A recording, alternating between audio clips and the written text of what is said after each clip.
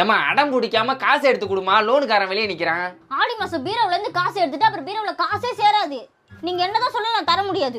ஐயோ மூட நம்பிக்கையிலே முடிவு போயிருக்காளே, இவளை வச்சுக்கிட்டு நான் என்ன பண்றது? தோப்பாருமா, இந்த மாசம் இஎம்ஐ கட்டி ஆகணுமா. போன மாசமே சரியா கட்டலன்னு காரி தூப்பிட்டு போனா, இந்த மாசம் வச்சிருந்த காசையும் தூக்கி பீரோவில் வச்சுக்கிட்டு எடுத்து தர மாட்டேன்ற.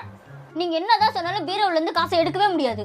சரி விட்டு தொலை, நான் போய் எங்கேயாச்சும் 5000 ரூபாய் கடன் வாங்கி கொடுக்குறேன். என்னது கடன் வாங்க போறீங்களா?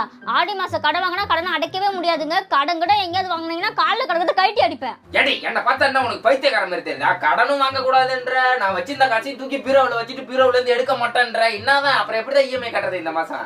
எப்படியாவது கொடுங்க, காசு நீ ஏன்ட்ட வராதீங்க. ஓ எப்படியாவது கட்டணுமா? Okay okay okay. ஏமா இப்ப கொலுசை கைட்டு நீ அதை எங்க வச்சிருக்க? கொலுசு ஷெல்ஃப் மேல இருக்கு. ஏன் கேக்குறீங்க? செல்ஃப்ல வைக்கிறதுக்கு.